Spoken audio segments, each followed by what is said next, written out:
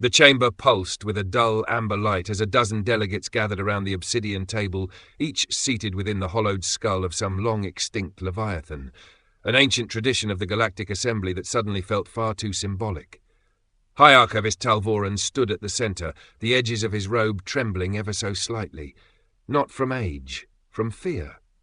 "This is not conjecture," he said, his voice like parchment dragged over broken glass. 37 systems are gone. Star charts show voids where stars should be, not collapsed, not destroyed, erased, as if they never formed at all. A low rumble echoed from the far end of the chamber as Warlord Zhur of the Krill host leaned forward, his plated jaw flexing. "And yet you bring us data instead of orders. If this is a weapon, then we deploy fleets. We don't sit here theorizing while colonies vanish." Elder Virel of the Yizvari, a thin, bony figure with pale, papery skin and deep-set eyes, shifted uncomfortably in her seat. Her voice was calm, but strained. "Deploy fleets? To where? Into what? We don't even know if it can be fought." Talvoran turned toward her. "That's just it. It doesn't fight. There are no transmissions, no wreckage, no refugees, just silence. One moment a system exists. The next, it's excised from space-time itself." The room grew cold, not physically, but perceptibly, as if the air had become aware of what was being spoken and recoiled with the rest of them. Ambassador Drelix's many eyes blinked asynchronously as he muttered, "At first we thought it was equipment failure, then gravitational shear, then rogue black holes, but nothing explains the pattern." He waved a limb and brought up a holomap. Red flickers showed the affected systems, scattered like blood droplets, until the projection shifted and the pattern revealed itself. Not random, a direction, a path. It was heading inward. A tremor passed through the assembly. Several species had no eyes, no breath, no glands for sweat, but they all understood what they were seeing. "It's choosing," Talvoran whispered. "Whatever it is not blind, it is hungry." No one spoke. It only meant one thing. The Ossuvari, it had once been dismissed as a myth, a cautionary tale about delving too far into the void. Now even speaking the name felt like blasphemy. And still, the reports came in. The void was moving. The Ossuvari was coming, and it was almost at the edge of the galactic rim. The council chamber was still. Not the quiet stillness of peace, but the heavy silence that comes from too many minds, too many possibilities, and too little hope. Ambassador Drelix of the Varn spoke, his voice almost mechanical in its calmness. "The reports continue to come in. Kesht 4 is silent. The Canary Drift gone. The Balthrin Gap erased. We've sent expeditions. Every hypothesis we had has failed to explain what's happening. There is no evidence of war, no signs of a cosmic event." "And yet," Drelix continued, voice growing sharp, "it moves closer. This void, this thing, it spreads faster than we can react. We can no longer afford to wait for more data." Warlord Zhur slammed a fist onto the table, his armoured form creaking. "We're sending fleets to investigate, and still nothing. The Krill will not sit by while this thing wipes out colonies. I will throw thousands of ships into the abyss if I have to." "No," said Kamara sharply, her skin glowing faintly with agitation. "We've tried brute force. We've tried science. Neither has worked. You can't fight an emptiness, Zhur. Whatever this is, it moves with intelligence, not like anything we've ever encountered. It's a predator." "And we're just its prey?" Drelix snapped. "Are we to sit idle, waiting for it to reach the heart of the galaxy? The stars are disappearing. It's coming for us all." The tension in the chamber thickened, growing palpable. Delegates exchanged uncertain glances. Then Talvoran, standing silent at the far end of the room, finally spoke. His voice was quiet, almost a whisper, yet it cut through the rising chaos like a blade. "There's one path left." The room fell silent. "Talvoran?" Kamara asked, her voice low. "What do you mean?" He lifted his eyes, grim but resolute. "We invoke the third protocol." Ambassador Drelix blinked, disbelief and fear creeping into his voice. "You can't be serious. You want to summon them?" Talvoran nodded, his expression hard. "When myths walk the galaxy, we send legends to meet them." There was a long pause. Kamara was the first to speak again, though her voice faltered. "Humanity, you would have us call them?" "Yes," Talvoran replied, his voice unwavering. "They were once part of this assembly. They outgrew us, left us behind, once considered crude, primitive, then dangerous, and finally unclassifiable. Now we have no choice but to reach out." A voice broke through the tension, soft, melodic, and curious. It came from Ambassador Ilari of the Saloon, a younger species recently admitted to the Conclave. Her bioluminescent crest flickered in shades of puzzled inquiry. "I mean no disrespect," she began cautiously, "but what could this humanity offer that the Conclave's finest haven't already given? We've sent war fleets, science vessels, even the Arkan Wardzingers. None returned. What could they possibly do that we cannot?" Talvoran's eyes narrowed, and a faint, humorless smile touched the corners of his mouth. "What do they do?" he echoed, as if amused by the simplicity of the question. "They end things." He let the words hang in the air like a warning, then added more quietly, "The Conclave builds fleets, drafts treaties, calculates risks. Humanity finishes stories, whether they were invited into the tale or not. They had risen faster than any species before them, burned brighter, questioned louder, and when the Assembly tried to bind them in rules and treaties, humanity had simply left. Not in protest, not in anger. They had just outgrown it." Ilari's crest dimmed to a deep violet, the colour of unease among her kind. She blinked slowly, processing Talvoran's words as if they hadn't quite landed properly at first, or perhaps had landed too well. "That sounds less like a strategy," she said quietly, "and more like a prayer." No one contradicted her. She glanced around the chamber, expecting someone to laugh, to scoff, to say we're not truly doing this. But the silence that followed was too thick, too still. Even the air systems seemed to hush. Her gaze drifted toward the star map shimmering above them, and the black edge slowly creeping inward. For the first time since joining the Conclave, she realized the difference between knowing what humanity was and inviting it in. Shaw's low growl filled the room. "They abandoned us, left the Conclave and never looked back. Why would they return now?" From the shadowed side of the chamber, Grand Speaker Varnak of the Threx Dominion stirred, his voice a dry rasp through layered mandibles. "You speak as though summoning them is as simple as lighting a beacon," he said, his compound eyes glittering. "But will they even answer?" He leaned forward, antennae twitching with unease. "I've heard they left the galaxy cycles ago. Others whisper they went deeper, into the void between dimensions or places that aren't places. Realms where even thought begins to rot." A pause. It was the Varnari archivist who answered. A being ancient even by Conclave standards, her form a swirling mass of light and translucent shell, voice layered in harmonics that resonated in the bones. "They may have vanished into the beyond," she said gently, "and they may walk paths no longer bound to stars or time." Her glow pulsed, soft but resolute. "But there is one constant we've recorded across every era, in every war, every ruin where their kind stood last." She turned, her many eyes settling on Varnak. "When someone cries for help, they always answer." A murmur rippled through the chamber. Some species recoiled at the thought.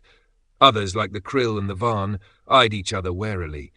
And still, there was a growing realization that their options were running thin. Drelix broke the silence with a resigned sigh.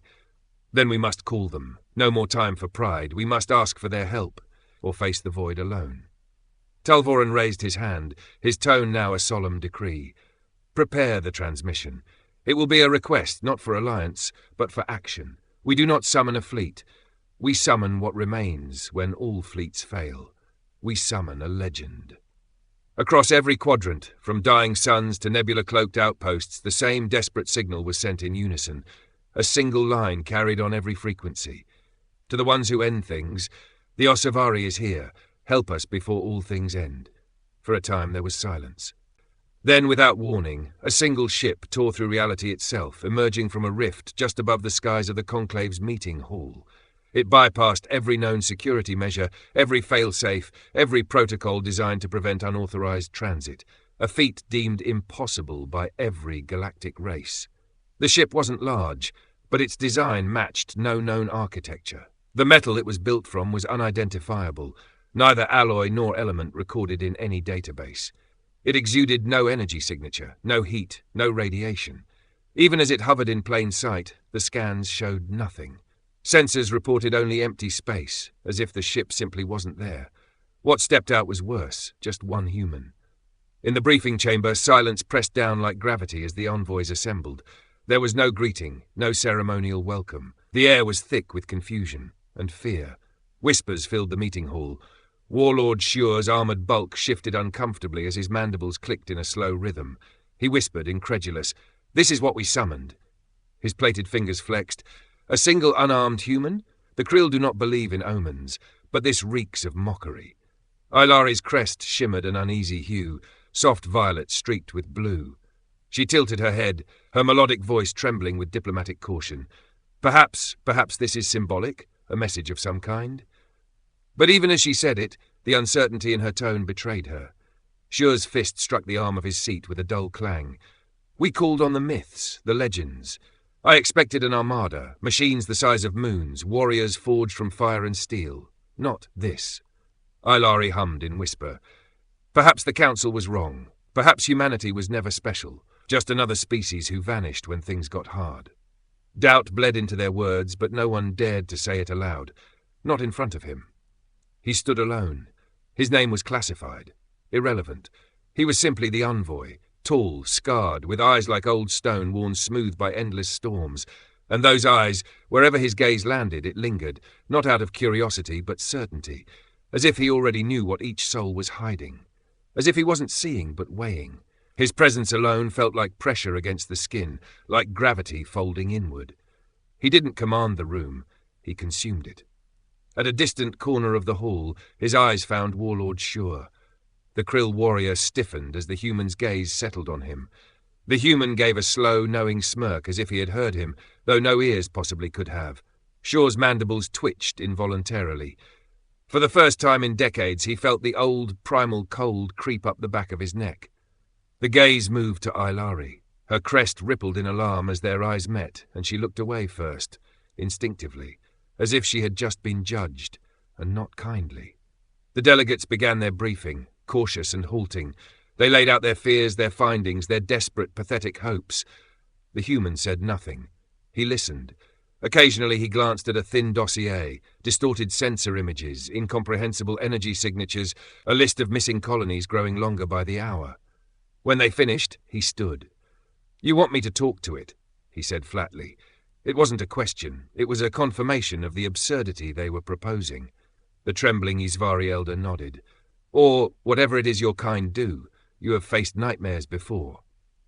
A ghost of a smile flickered across the human's face, not amusement, but something colder. "You think we fought nightmares," he said quietly. "Nightmares are easy. They're just fears wearing masks. You want me to stare down the thing behind the mask?" No one replied. He turned and left without ceremony. No further instructions, no strategies to discuss, no prayers to offer. They had called for salvation. They had unleashed their monster. The human's ship cut through the stars like a blade through silk, silent, merciless, impossibly fast. No council vessel had ever moved like this. It didn't warp space. It commanded it. Then, suddenly, motion ceased. The ship moved into coordinates no star chart dared mark. He rose from his seat calmly. At his presence, the suit responded. No straps, no clasps. A dull shimmer rippled across his skin as liquid metal sluiced from the containment grooves around the chamber. It climbed his limbs like mercury given purpose, flowing with silent precision. Where it touched, it hardened, not into rigid plates, but into something between armor and muscle, like the memory of steel made real. In seconds he was sealed, face hidden behind a seamless visor, form sculpted in obsidian curves. No weapons, no insignia, just him. The human stepped out onto the hull, gravity blooming beneath his feet with a whisper, as though the ship itself welcomed him. He walked to the edge and sat, legs dangling freely over the abyss, where below there was no true down, only dark. From a small compartment at his side, he drew a coin.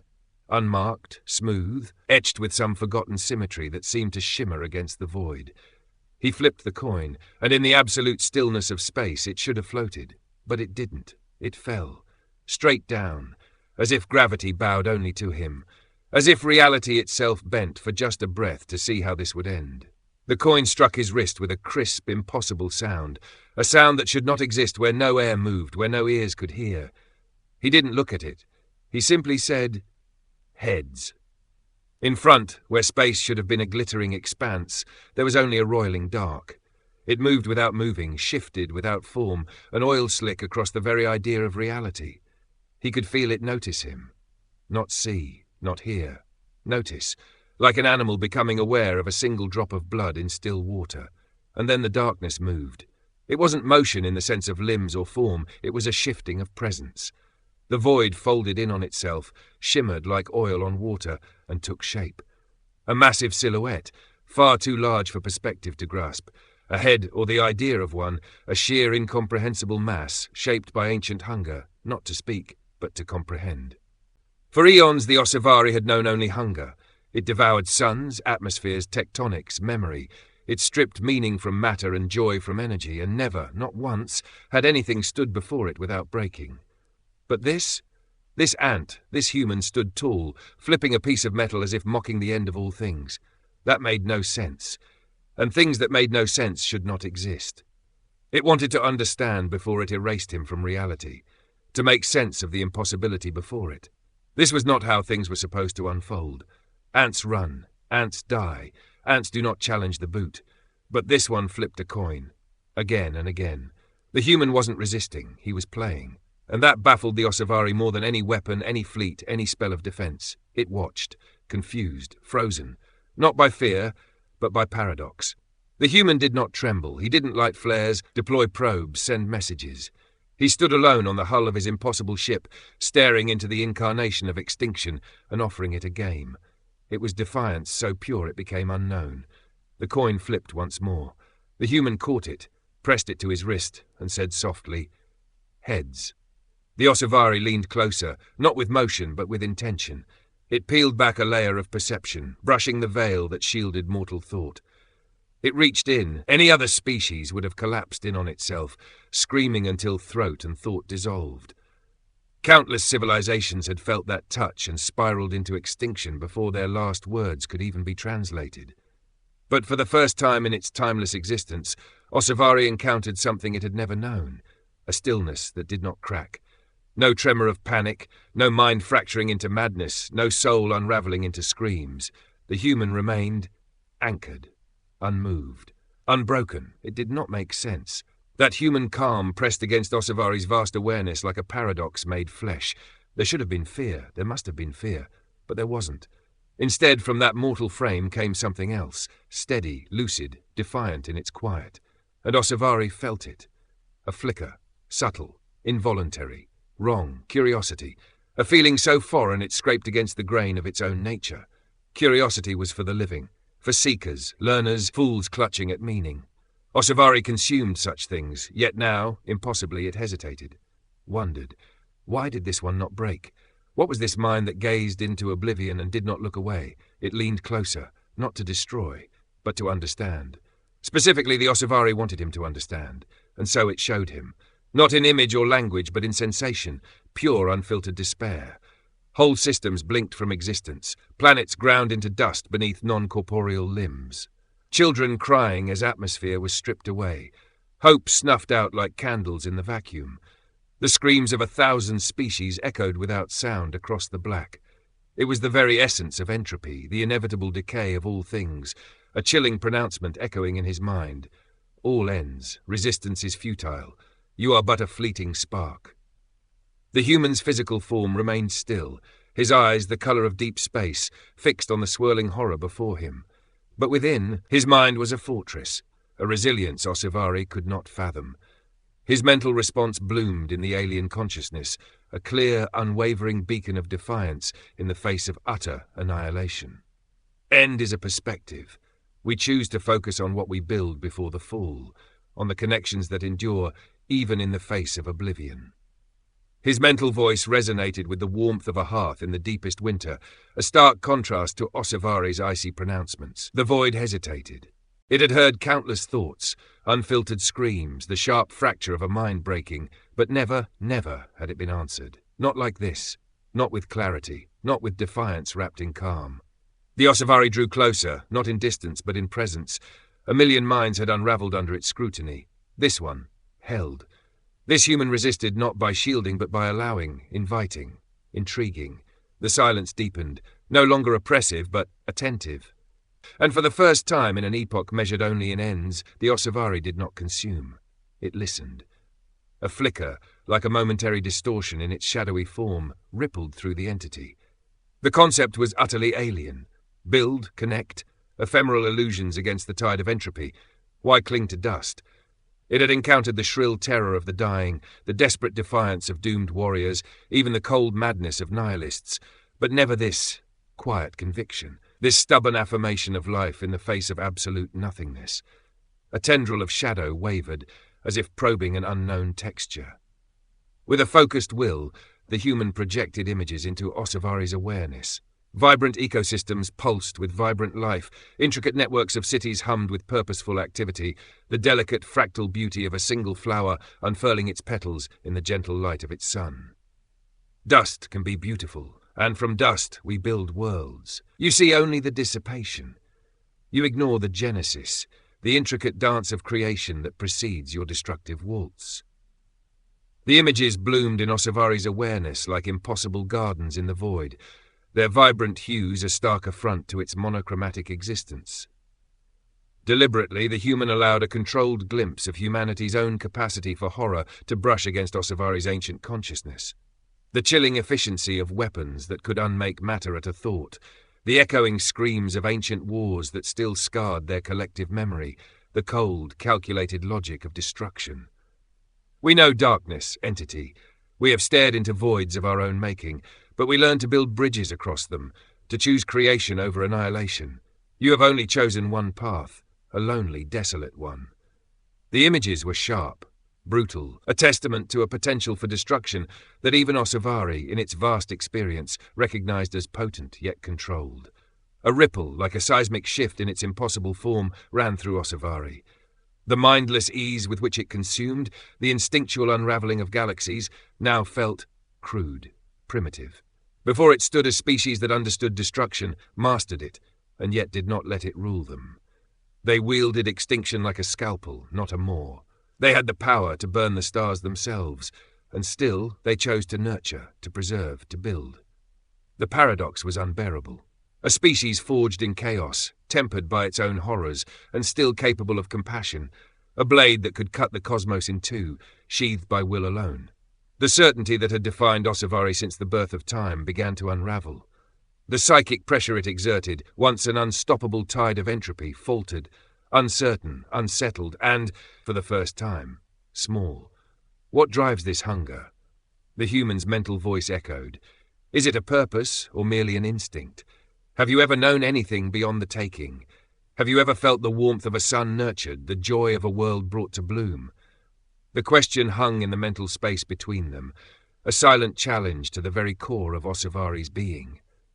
For the first time in its immeasurable existence, Osavari felt a flicker of something akin to resonance. The vast emptiness it created was not merely the absence of others, but a hollow echo chamber of its own desolate existence. The endless consumption was a solitary act, a hunger without communion, a lonely dance with entropy that offered no companionship, no memory, no purpose but cessation. And then the human shared. A quiet projection bloomed within the ancient void, not as a weapon, but as a truth revealed. Moments. Shards of a species unlike any Osavari had ever unmade. A firefighter carrying a stranger from a collapsing building, lungs burning but refusing to let go. A terminal patient laughing in the sunlight with loved ones, joy blooming even in borrowed time. A child standing defiantly in front of a tank, protesters arm in arm beneath skies choking with smoke. Engineers huddled in the cold void of a dying station, keeping lights on for others. A teacher shielding students with her body. A rescue team clawing through ash and steel to find one more heartbeat. Hope, not as a naive dream, but as an act of war against despair. And more, the quiet intimacy of old hands held across decades, the fierce protectiveness of a parent's roar, the dumb, beautiful stubbornness of artists painting beauty on cracked walls and poets finding meaning in ruin. Osavari felt it, this impossible lattice of sacrifice and love, rage and mercy, memory and future, all coalescing into a mosaic that refused to be erased. You see solitude. The human's voice rang out within the mental space, steady as a heartbeat. But we are never truly alone. We carry each other, in blood, in story, in defiance. The projection deepened, now threading the resilience of a species that had known suffering and yet stood tall. Species that had been knocked down by plague, war, ice, fire, and had clawed their way back time and again, not just to survive, but to dream bigger. They climbed mountains not because they were safe, but because they were there. They pierced the void not to escape Earth, but to carry Earth with them. They named the stars not to conquer, but to belong. And through it all, Ossavari sensed not just emotion, but choice. Humanity capable of annihilation had again and again chosen connection. Chosen to protect, to nurture, to understand. A sliver of that warmth, that unbearable togetherness, pressed into Ossavari's essence, a vibrant tapestry of belonging that stood in stark, painful contrast to Ossavari's eternal solitude. A cold tendril of shadow seemed to retract slightly. Then came the carefully controlled glimpses of humanity's true technological prowess. The effortless manipulation of gravitational fields, bending space-time as easily as a child shapes clay. The contained fury of miniature black holes harnessed for energy. The theoretical understanding of the universe that hinted at abilities far beyond mere destruction. You devour stars. We learn to dance with them, to coax their power, to understand their song. There is a difference between a force of nature and a force of will, between hunger and comprehension. There was no threat, only a quiet, undeniable statement of fact, a glimpse into a power that dwarfed even Ossavari's destructive capabilities. Ossavari recoiled. For the first time in 1,000 million cycles, it felt something it had never once associated with lesser minds. Fear. Not for what the human had shown, but for what they had not used. The human was a species that had walked up to the brink of omniscient annihilation, not once, but many times, and then turned away, leaving the engine of extinction locked behind walls of consensus, of ethics, of soul-scarring memory. They had built gods of war, then taught them restraint, created monsters and buried them beneath layers of responsibility, culture and pain. The Ossavari, for all its cosmic terror, realized something horrifying. It is an accident of nature. But the human is a deliberate monster, made, refined, perfected, and monsters made by their own hand are far more dangerous than those born by accident. A tremor passed through the Ossavari's incorporeal form, an ancient thing now witnessing its own limits. The human had shown it not only a mirror, but a future it could not survive. Because in the shadows of humanity's soul lay powers that even Ossavari would not escape, a projection of absolute extinction. Recognizing its own mortality. No words, no gestures, it simply chose not to continue. Slowly, deliberately, Ossavari began to withdraw its mental presence, the oppressive dread lessening like a receding tide. Its form, the embodiment of cosmic annihilation, seemed to hesitate, to waver in the silent void. Then, with a silent ripple through the fabric of space, it turned its impossible gaze away, drifting into the darkness, leaving the lone human standing. The mental echo of its departure was one of fear, but also of a profound, unsettling otherness encountered, a cosmic question mark hanging in the silence. The council hall was silent, taut with tension, as if the very walls had been holding their breath for days. They had waited, helpless, since the lone human departed to confront the thing that unmade stars. No word, no signal, only the echo of Ossavari's looming presence still clinging to the chamber like the stench of ozone after a lightning strike. Then the stillness was broken. Then a signal came through, a single brief message from the human vessel.